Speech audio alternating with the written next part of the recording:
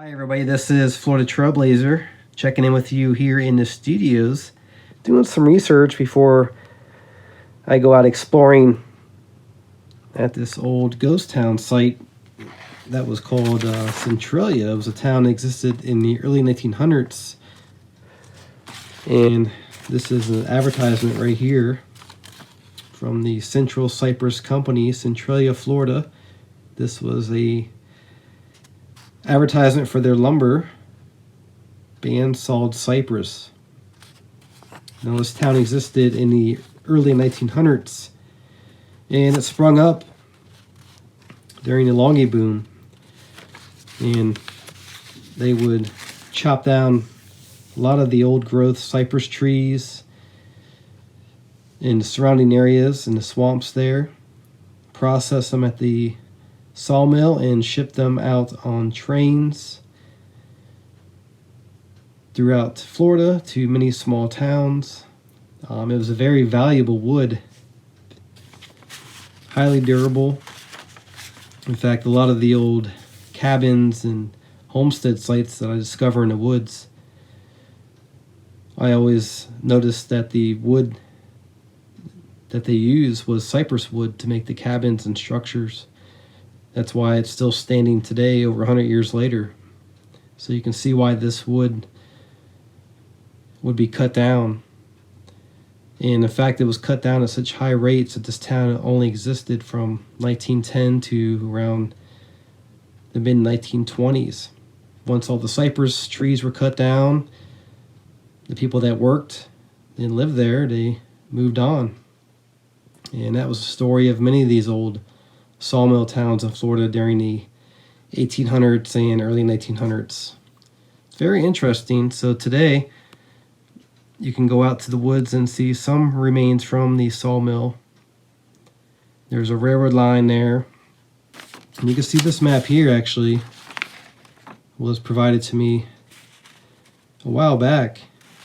And it's very interesting because it shows the layout of the town, the railroad line, all the buildings, the roads that were used. When you hike back in the woods today, it's hard to see all that stuff because it's overgrown. So I like to study that before I go out into the field. It's a more detailed map of that. So a lot of research goes into exploring these places. I have some good history on the town. A lot of this stuff can be dug up by searching the internet.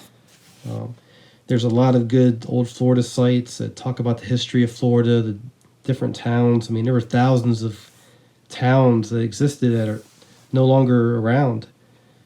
We have so many ghost towns, but a lot of it's paved over and there's been a lot of development. But some stuff remains if you do a lot of work and just see what's out there. So this is some of the stuff I've been researching on the town. It's one of my favorite historical sites to visit. So I'm out in the field now exploring this old town site. Brought this map and I've made it to the sawmill area, followed the railroad line right to it. And you can see it's labeled here, sawmill building. And that's the area that I'm at right now. There's another railroad line that shoots out from here. I'm going to find that. And then you can see all of the streets and structures that were here. So it's interesting though, when you get out here in these areas, it is so much different than it used to be. Everything's overgrown. Nature is reclaiming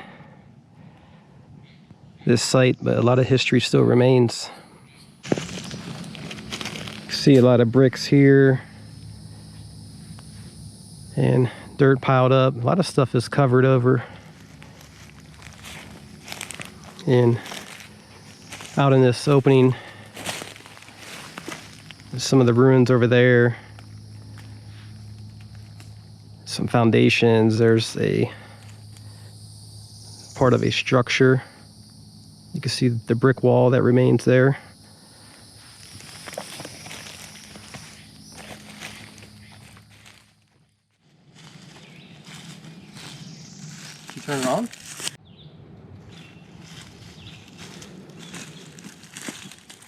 Hi everybody, I'm Flo the Trailblazer. I need to...